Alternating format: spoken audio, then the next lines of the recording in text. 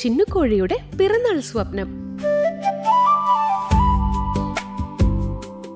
അതൊരു സുന്ദരായ ഗ്രാമമായിരുന്നേ. വലിയൊരു കോഴിക്കോടുണ്ടായിരുന്നു അവിടെ. അതില് ചിന്നു എന്ന കോഴി താമസിച്ചിരുന്നു. വളരെ മിടുക്കിയും കാരുണ്യമുള്ളവളായിരുന്നു അവൾ.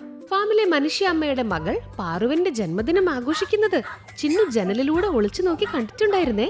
തലയിൽ ഭംഗിയുള്ള തൊപ്പിയൊക്കെ വെച്ച് കേക്കൊക്കെ മുറിച്ച് സുഹൃത്തുക്കള് സമ്മാനങ്ങളൊക്കെ കൊണ്ടു കൊടുക്കണത് കണ്ടപ്പോ ചിന്നുവിന് ഒരു മോഹം. എനിക്കും ഇതുപോലൊരു ജന്മദിനം ആഘോഷിക്കണം. അവൾ തന്റെ കൂട്ടുകാരായ അപ്പു എന്ന ആടിനോടും കിച്ചു എന്ന തത്തയോടും തന്റെ ആഗ്രഹം പറഞ്ഞു. ഒരു കോഴി ജന്മദിനം ആഘോഷിക്കോ?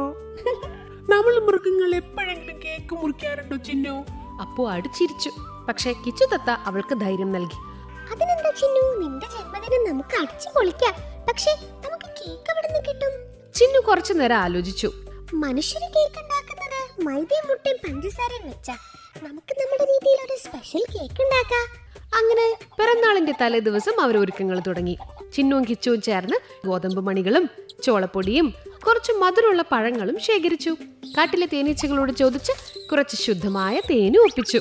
ഇവയെല്ലാം ചേർത്ത് അവരൊരു ഭംഗിയുള്ള ധാന്യ കേക്ക് ഉണ്ടാക്കി. കിച്ചുത്തത്ത കാട്ടിൽ നിന്ന് പല നിറത്തിലുള്ള പൂക്കളും ഭംഗിയുള്ള പച്ചിലകളും ഒക്കെ കൊത്തിക്കൊണ്ടുവന്ന് കോഴിക്കൂടിന്റെ പരിസരം മുഴുവൻ അലങ്കരിച്ചു. കാട്ടിലെ എല്ലാ പക്ഷികളോടും മൃഗങ്ങളോടും അടുത്ത ദിവസം രാവിലെ ചിന്നുവിന്റെ പിറന്നാളിന് വരാൻ കിച്ചു ദൂതയച്ചു. അടുത്ത ദിവസം രാവിലെയായി. ചിന്നുകോഴി തന്റെ തലയിലെ ചുവന്ന പൂവ് നല്ലവണ്ണം ചീകി ഒതുക്കി സുന്ദരിയായിരുന്നു. പറഞ്ഞതുപോലെ തന്നെ രാവിലെ ആയപ്പോഴേക്കും കാട്ടിലെ കിളികളും അണ്ണാന്മാരും മുയലുകളും പൂച്ചകളും എല്ലാം ചിന്നുവിന്റെ കൂടിന് മുന്നിൽ ഹാജരായി. എല്ലാരും അവൾക്കായി ചെറിയ ചെറിയ സമ്മാനങ്ങളും കൊണ്ടുവന്നിരുന്നു. അണ്ണൻ കുറച്ച് നല്ല അണ്ടിപ്പരിപ്പുകൾ കൊടുത്തപ്പോ മുയലൊരു നല്ല ചുവന്ന ക്യാരറ്റാ സമ്മാനമായി നൽകിയത്. എല്ലാരും ചേർന്ന് happy birthday Chinnu, happy birthday Chinnu എന്ന് അവരുടെ ഭാഷയിൽ പാട്ടുപാടി. ചിന്നു തന്റെ കൊക്കൊണ്ട് ആ ധാന്യ കേക്ക് കൊത്തിമുറിച്ചു. എല്ലാവർക്കും കേക്ക് വളരെ ഇഷ്ടപ്പെട്ടു കേട്ടോ.